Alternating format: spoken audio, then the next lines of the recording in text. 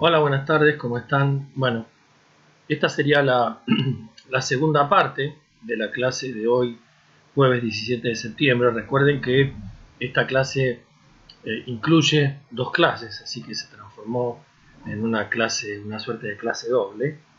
Ya hemos subido la primera, la segunda parte y está a punto de terminar de subirse la tercera parte del video correspondiente de los tres videos correspondientes a la clase de marginalismo.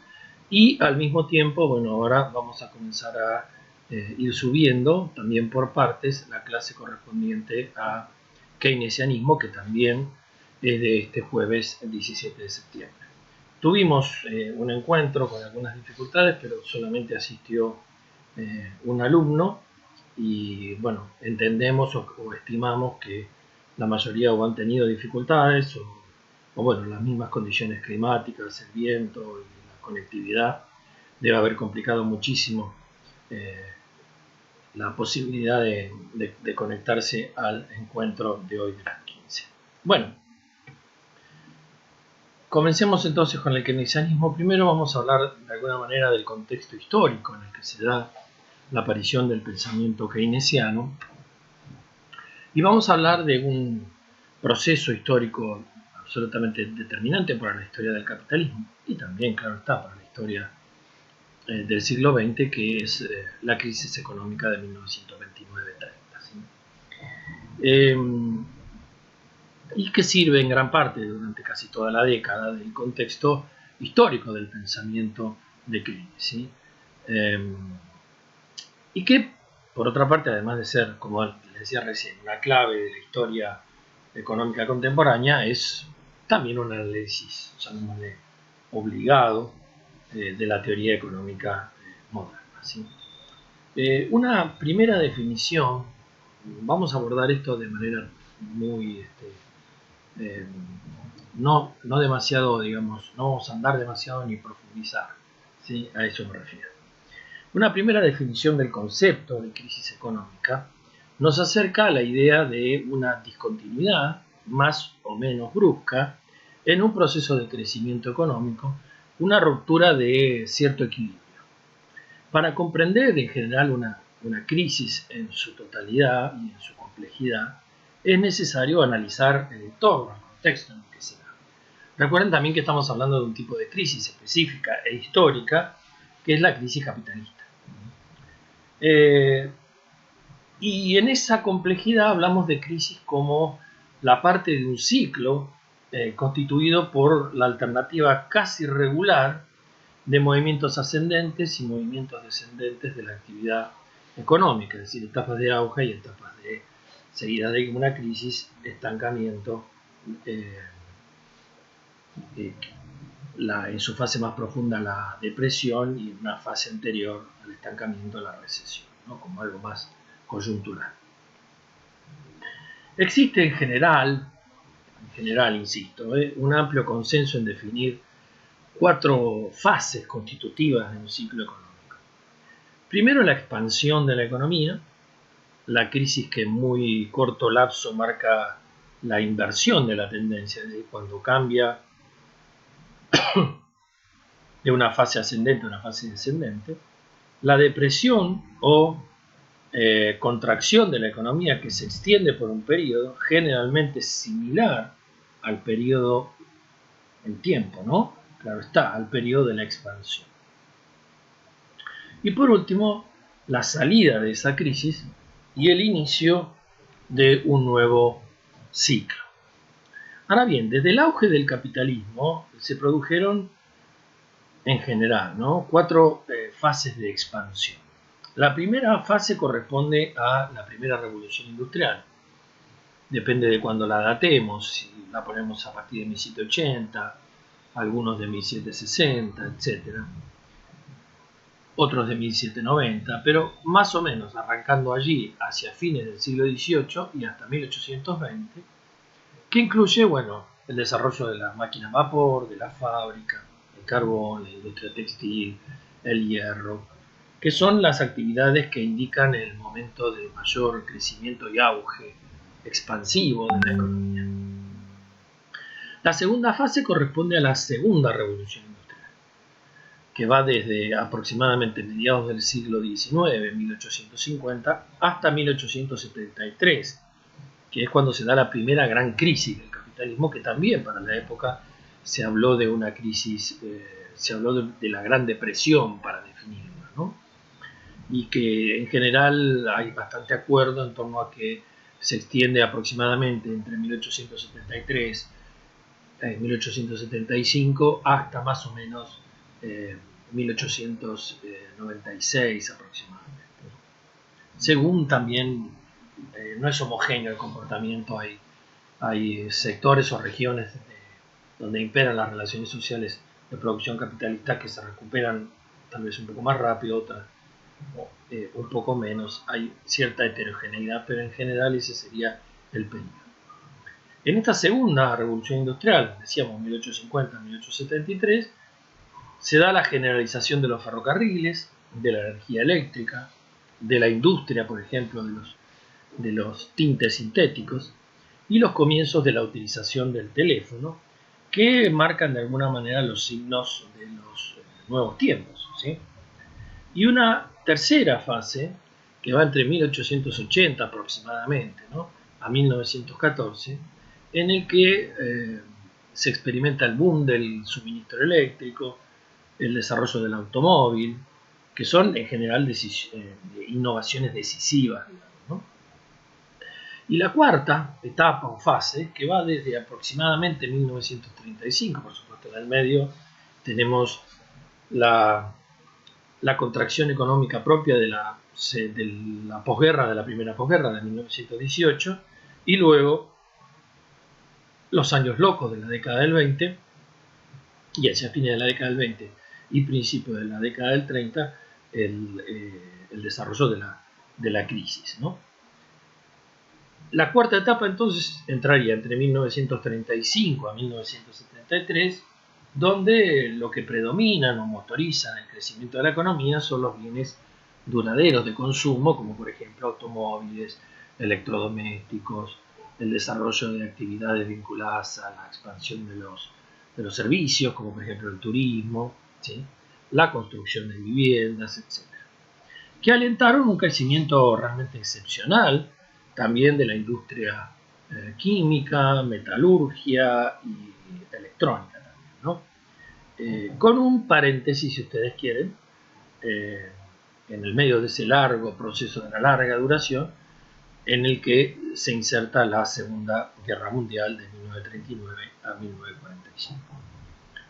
El tipo de crisis que interrumpió cíclicamente esta fase fue el de las crisis de superproducción o sobreproducción de bienes, de mercancías, producidas por el desequilibrio entre una producción industrial creciente y una demanda que no podía acompañar a ese crecimiento sostenido de la oferta, ¿no? Una demanda reprimida o, si ustedes quieren, deprimida también.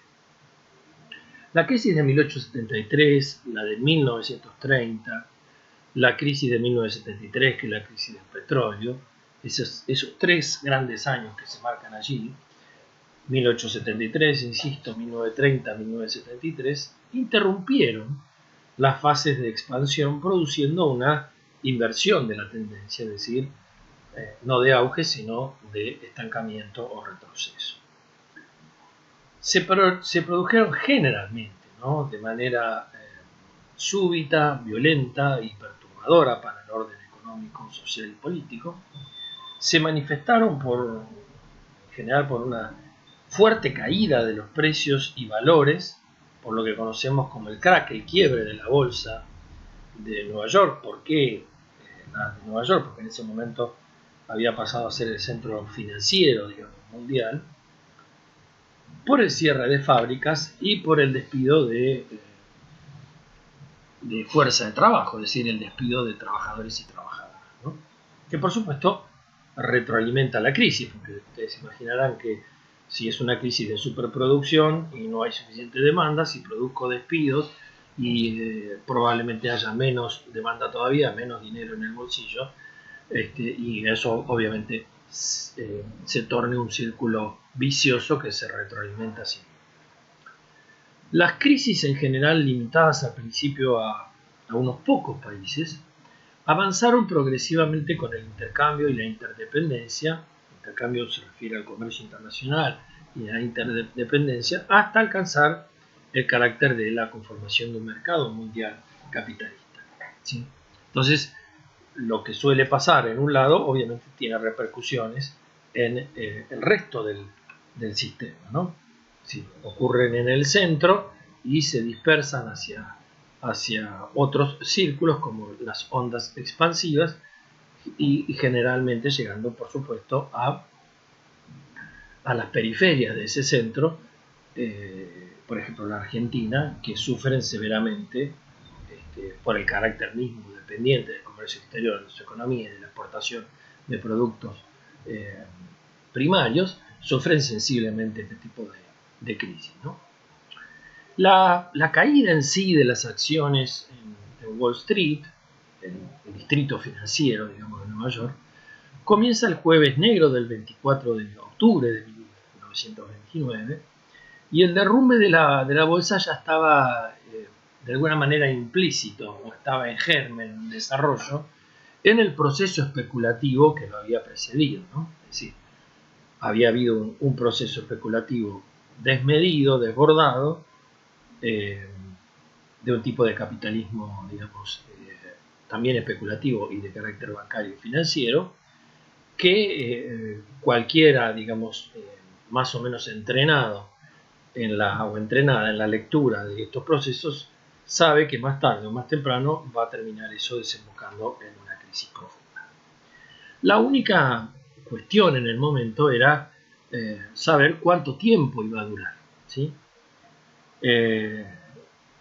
Y también se sabía, se tenía certeza, como decíamos recién, que tarde o temprano la confianza en el valor creciente de las acciones ordinarias se iba a terminar, obviamente, debilitando. Bien,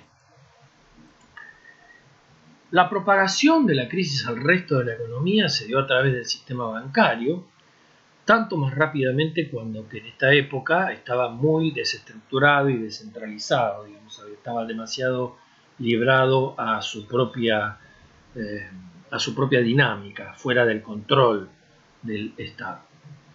El carácter de ese crack o esa crisis del 29 se traduce en una crisis de liquidez, o sea, falta dinero circulante, falta recursos para responder a, eh, a un mercado que lo demanda, ¿sí? Frente a la debilidad incluso de numerosos clientes y bancos para enfrentar sus compromisos, ya sea lo que habían contraído en préstamos o habían hecho sus depósitos en los bancos, digamos, de un lado y del otro había serias dificultades para devolverle a los depositantes sus depósitos y recuperar, digamos, el dinero prestado con el dinero de los depositantes, ¿no? En primer lugar, los que más sufrirían serían los depósitos a la vista en los bancos. Cuando se genera la situación de crisis y de desconfianza, todo el mundo corre, ¿sí? Y el efecto manada que mencionábamos tal vez en otra clase, que desencadena un mecanismo de corrida bancaria y de quiebras bancarias que pasa de, por ejemplo, para citar un caso, ¿no? De 642 quiebras, digamos, en 1929 bancarias a casi 2.300 quiebras bancarias en 1931. Es decir, eso les muestra también la fragilidad del sistema bancario y financiero y la debilidad de la lógica especulativa que no guarda relación con el desarrollo de la economía real. Por eso muchas veces se habla de la burbuja como como un fenómeno que va creciendo por sobre la economía real, y a medida que va creciendo se va inflando como una burbuja, llega un momento que al explotar, por supuesto, vuelca todas sus consecuencias sobre la economía real, porque no hay una relación, una proporción entre las actividades financiero-bancarias especulativas con la economía real, es decir, esa plata no está realmente en la economía. Entonces se desencadena una reacción depresiva acumulativa, ¿no?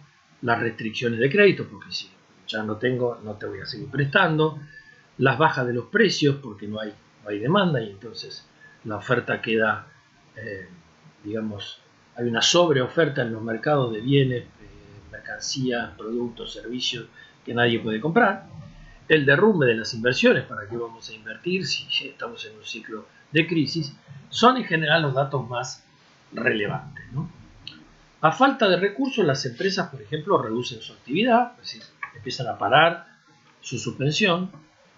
Las ventas a pérdidas, en algunos casos, de los agricultores incapaces de enfrentar sus vencimientos con los bancos, por ejemplo, que se han endeudado para producir o para comprar, por ejemplo, la tierra o la granja, juegan un rol primordial en el encadenamiento de baja de precios y de falta de pago. Se rompe la cadena de pago, ¿sí? Nadie le puede pagar a nadie. Luego siguen los despidos, por supuesto colectivos, y las bajas de salario, ¿sí?, que agravan la crisis, generalizando dificultades en el conjunto ya de toda la economía. El aumento del desempleo es muy significativo y para la época, la ausencia de una indemnización, es decir, de una compensación pecuniaria, digamos, desencadena una miseria sin precedentes. No hay seguro de desempleo, no hay nada. Para que se den simplemente una idea, ¿no? Si en 1929 tenemos un PBI de 100, en 1930 baja a 88, en el 31 a 73, en el 32 a 54 y en el 33 se mantiene ahí en 54. O sea, casi hay un 50% de reducción del Producto Bruto Interno norteamericano. La inversión, si partimos de 100 en el año 29, bueno, en el año 30 ya es del 66%, en el 31 del 35%, en el 32 de 6% y en el 33 una muy leve recuperación del 8%. Es decir, una merma muy sustancial que obviamente eso no genera ningún tipo de actividad productiva ni tampoco genera trabajo, etcétera, etcétera. Y los precios, si partimos de 100 como valor de referencia en 1929, tenemos un descenso a 91 en el 30, a 77 en el 31, a 69 en el 32 y se mantiene también en 69 en el 33. Y el desempleo, bueno, veremos dramáticamente que en vez de caer, sube. Si partimos de un 100, digamos, como dato de desempleo en 1929, ya tenemos 271 en 1930, 95 en 1931, 734 en 1932 y 774 en 1936 y se multiplica por 7-8 veces el desempleo. Bien. De quien nos vamos a ocupar hoy, que es el economista inglés John Maynard Keynes, de visita en los Estados Unidos en 1931, en la ciudad de Chicago, digamos, es testigo presencial de los desempleados y cómo estos se ofrecían literalmente por $1 por día, espectáculo que en general tal vez le provocó un decisivo rechazo de la teoría neoclásica del desempleo voluntario, es decir, uno no tiene trabajo porque no quiere o porque no lo busca. El desempleo keynesiano es padecido por el trabajador y la baja de su salario no lo evita, sino que lo agrava. El trabajador está dispuesto a trabajar por cualquier salario y esto el capital también lo sabe. La crisis entonces norteamericana se propaga y se extiende rápidamente por el peso que la economía ya en la década del 30 de Estados Unidos tenía en el mundo. En Europa Central, por ejemplo, se producen una serie de quiebras de instituciones bancarias y financieras. En Alemania se da, por ejemplo, un tipo de moratoria bancaria y el cierre de las bolsas. En Inglaterra caen las exportaciones en más de un 50%. América Latina, como les decía hace un rato, cuando hablaba de Argentina, es duramente alcanzada por la crisis debido a la importancia que tenían los capitales ingleses y norteamericanos en las inversiones, ya sea en las inversiones directas, en las distintas economías latinoamericanas, como también en los flujos de capitales que, por supuesto, se retiran o vuelven a sus países de origen, en muchos casos atraídos por la necesidad de sus países de liquidez y de capitales, muchas veces atraídos por altas tasas de interés que los seducen a regresar, ¿no? Bien. Varios factores podrían explicar la propagación de la crisis, ¿no? Primero, lo que decíamos recién, ¿no? El retiro masivo de los capitales americanos invertidos, por ejemplo, en Europa, ¿no? Y eso claramente marca la crisis de Europa. Luego el efecto deflacionista, que es el contrario a inflacionista, que es la baja de los precios de los productos norteamericanos, sobre los precios mundiales. Por ejemplo, caídas del 32% desde 1929 hasta el 32, y por ejemplo, del 54% en la caída de los precios en la agricultura. Imagínense, para países como nosotros, que dependemos de la venta de esos productos, más en esa época, la caída en los precios internacionales y, por supuesto, la caída en la demanda de nuestros productos pone en seria crisis a nuestras economías porque no hay ingreso de divisas, es decir, de monedas extranjeras. La baja de las importaciones de los Estados Unidos, que bajaron casi 3 veces y media, digamos, entre el 29 y el 32, y las medidas proteccionistas y el derrumbe del sistema monetario que agravan la reducción del comercio, ¿sí? Medidas proteccionistas de muchos de los países que, para tratar de contener esas crisis, comienzan a desarrollar políticas de intervención. Argentina es un caso, o de protección de su mercado interno frente a las exportaciones de productos que podían venir de otros mercados, ya fueran productos primarios o fueran bienes, mercancías, etc. De carácter industrial o manufacturero. El escenario es un escenario clásico y se corresponde con mecanismos bastante habituales, es decir, todas las crisis desde 1857, salvo la de 1921, conocen al menos una quiebra bancaria importante, asociada o no a un crack de la bolsa, ¿sí? Esta sensibilidad de lo que sería el mercado financiero, de las plazas financieras, ante las variaciones de coyuntura, proviene de su papel de anticipación y amplificación de los fenómenos reales. Es decir, cuando se monta sobre la ilusión de una política especulativa, sabe que está inflando un globo, una burbuja que va a explotar.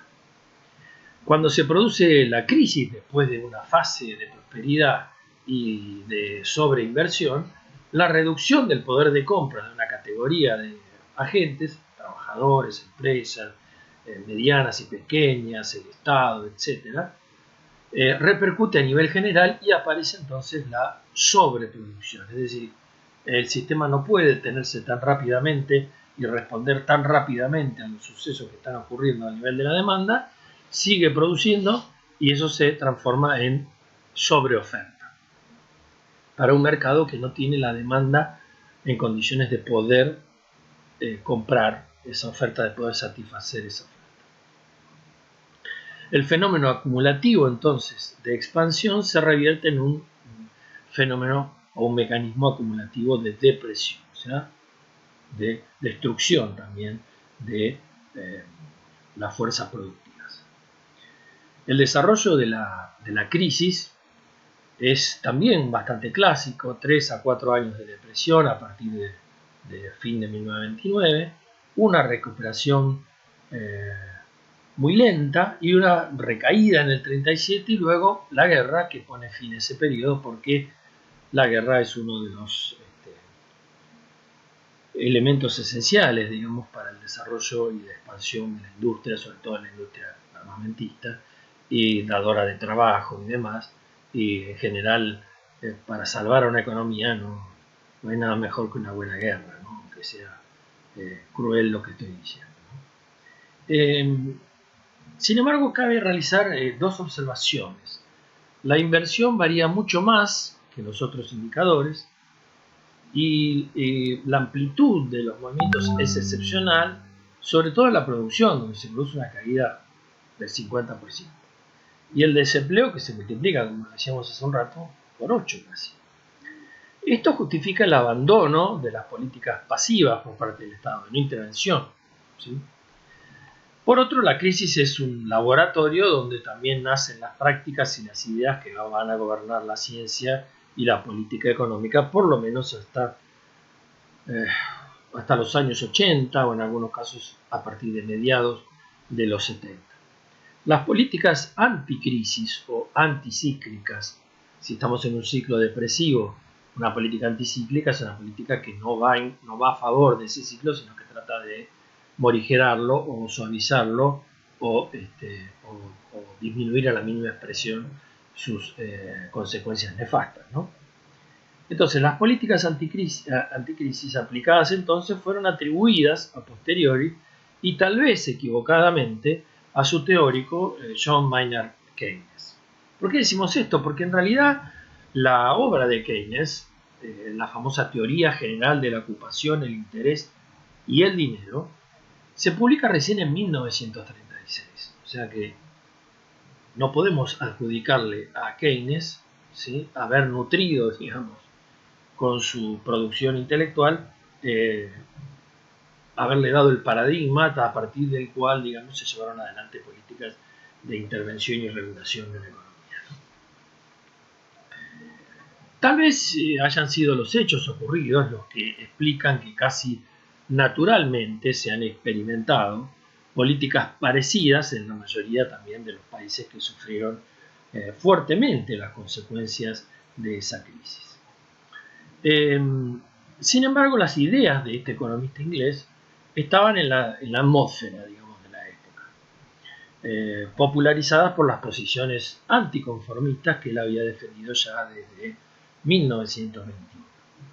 Él atribuía la crisis inglesa de los años 20 por ejemplo, a las reparaciones impuestas a Alemania, a las indemnizaciones de guerra después de la Primera Guerra Mundial, a las restricciones orientadas a sostener el valor de la antigua libra esterlina y el empecinamiento de la teoría económica ortodoxa por creer ciegamente en los mecanismos reguladores del mercado de libre competencia, es decir, ese mercado autorregulado que por sí solo, esas famosas fuerzas casi naturales, digamos, presentadas así por los liberales del mercado, así como generaban la crisis, también la iban a solucionar. Entonces no había nada que hacer. Bien, algunos datos biográficos de la formación de Keynes como intelectual y teórico y pensador. Bueno, Keynes nació en 1883 como Schumpeter y el año también de la muerte de Karl Marx. Keynes era un producto claro de la Universidad de Cambridge, donde la presencia y las enseñanzas de Alfred Marshall prevalecían ya desde fines del siglo XIX. Cuando vimos Marshall, recuerdan que dijimos que Keynes había sido su discípulo, ¿no? Estamos hablando de los marginalistas. Este economista formó, nos referimos a Marshall, la mayor parte de los economistas británicos desde fines del siglo XIX y hasta la Segunda Guerra Mundial, obviamente pasando también por Keynes. Keynes estudiaba sobre todo matemáticas en la universidad y su tesis se consagró a la teoría de las probabilidades. Era asistente de Marshall en la época en la que redactó su tesis y se convirtió rápidamente en uno de los miembros más activos de la profesión de economista en Gran Bretaña. Fue editor, por ejemplo, de un periódico, el Economic Journal, secretario y luego presidente de la Royal Economic Society. Después de la Primera Guerra Mundial pasó a servir en el Tesoro británico como responsable de las relaciones financieras con los aliados. Desarrolló también ahí una actividad multifacética, ya que fue al mismo tiempo financista, periodista, militante político, obviamente en el seno del Partido Liberal, mecenas, ¿sí?, y presidente del Consejo de Artes y, por supuesto, economista. Al final de la Segunda Guerra Mundial trabajó con la administración británica en el seno de las negociaciones con los aliados para financiar el esfuerzo de guerra y la puesta en marcha de un nuevo orden monetario internacional.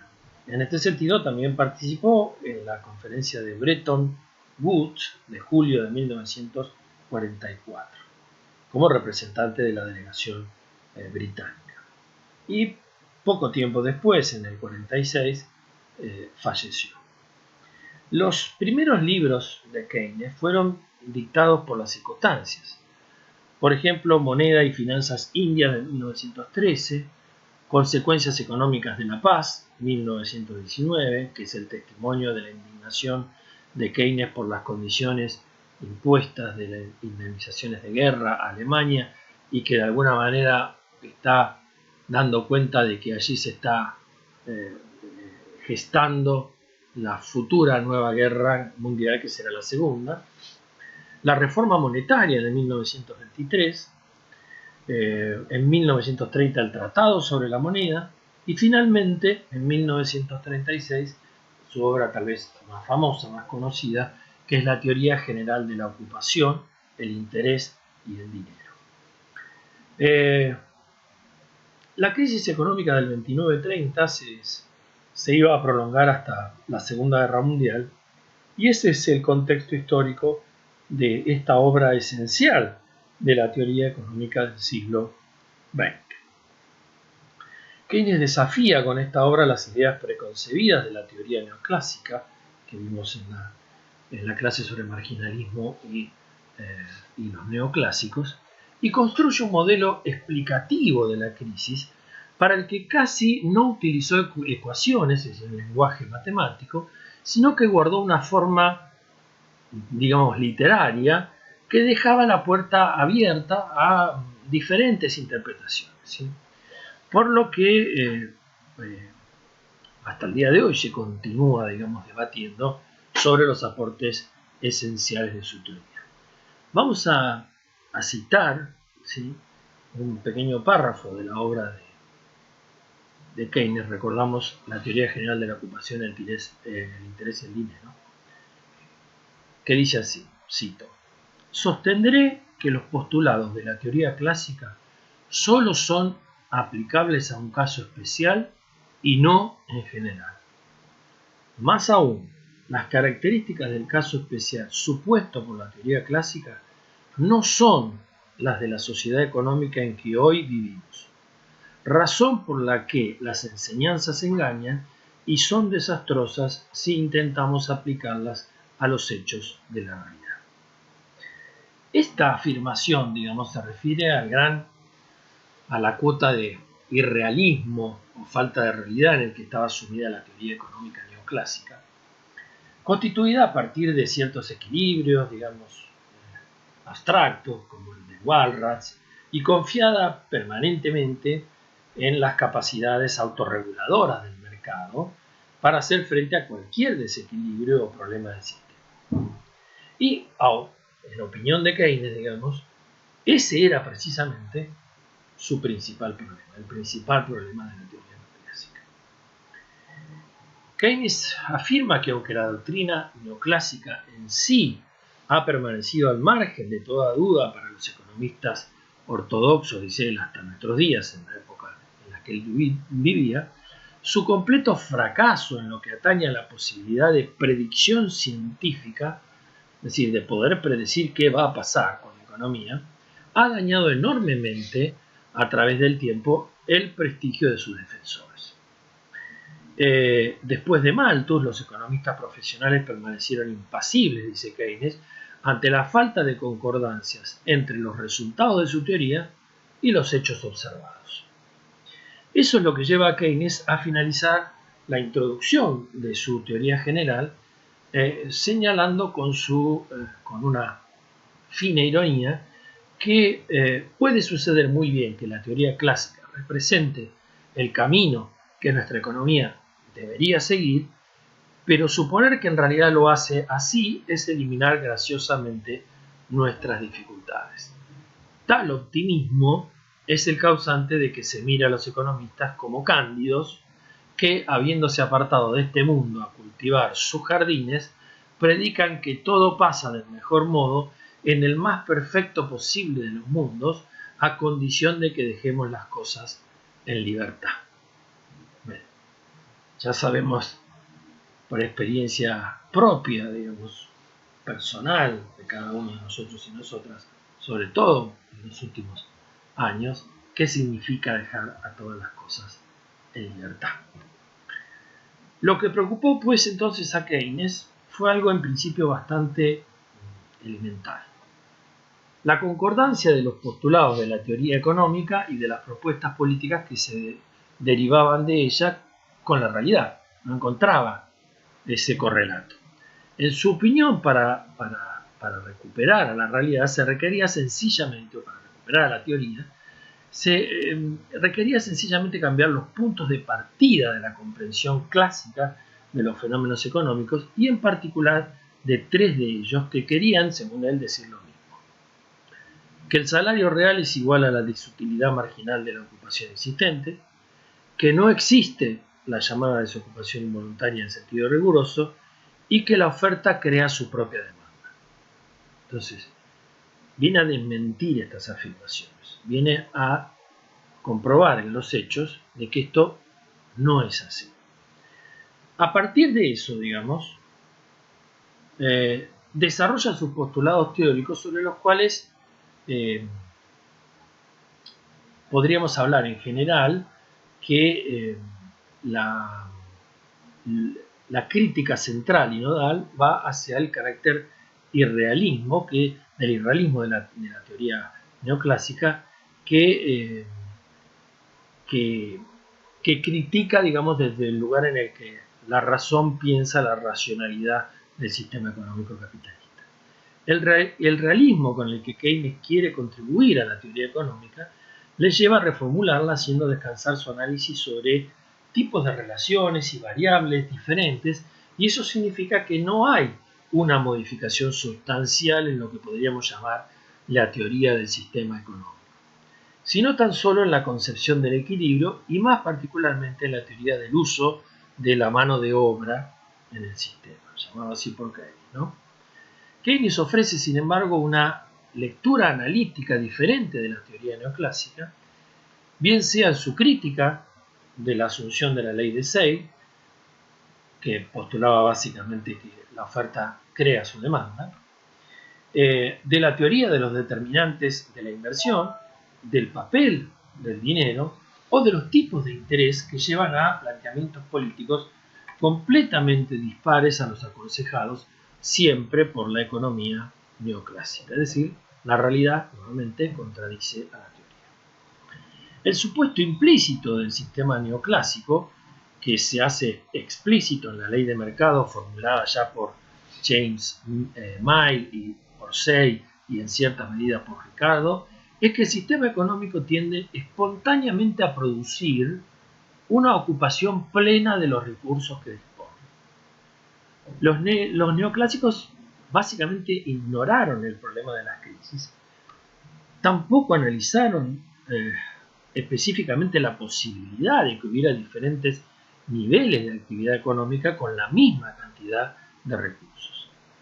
Entonces Keynes plantea una diferencia básica entre estos enfoques y se centra en los siguientes puntos. Primero, la negación total de la ley de Say y el consiguiente rechazo de la tendencia automática hacia el pleno empleo, como que el sistema va solito y naturalmente al pleno empleo y que la oferta crea su propia demanda. Otro punto central: el papel fundamental de la demanda agregada como elemento determinante del nivel de actividad económica y del nivel de empleo, tanto a corto como a largo plazo. La incorporación, otro punto, la incorporación de la función de consumo y la distinción entre los deseos o la propensión a ahorrar y a invertir.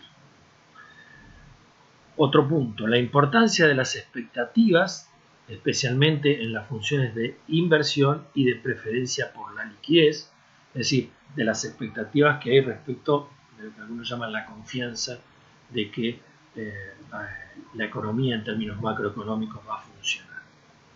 Y entonces esa confianza los motiva a invertir, etc. Otro punto, la incidencia de las fluctuaciones de la demanda de inversión en la inestabilidad económica. O sea, ¿por qué? Bueno, porque claramente va a bajar la inversión cuando, o se va a disminuir el papel de la inversión en el proceso productivo cuando se generen procesos de crisis o de recesión o de inestabilidad económica. Otro punto, el supuesto de que los mercados a menudo presentan rigideces e imperfecciones. Otro, el papel fundamental de las políticas de estabilización de la demanda efectiva. Vamos por partes. No acepta la ley de Say, ya que para Keynes, el equilibrio entre el ahorro e inversión no era cosa sencilla como lo era para los clásicos. El ahorro y la inversión estaban determinados por una multitud de factores. Es decir, si voy a ahorrar, si voy a quitar liquidez del mercado, o si voy a invertir, voy a inyectar liquidez en el mercado. Además del tipo de interés, y no había ninguna garantía de que ambos fuesen iguales, tanto el ahorro como la inversión, a un nivel de actividad económica que produjese el pleno empleo. Demuestra que la ley sobre el mercado, al igual que gran parte de la economía post-ricardiana, detuvo el impulso clásico, más que llevarla hacia adelante. Keynes se ocupa de agregados como el ingreso, el consumo, el ahorro, la inversión, más bien que de la determinación de los precios individuales que forma parte principal de la teoría económica. Keynes invirtió la proposición clásica sobre el empleo.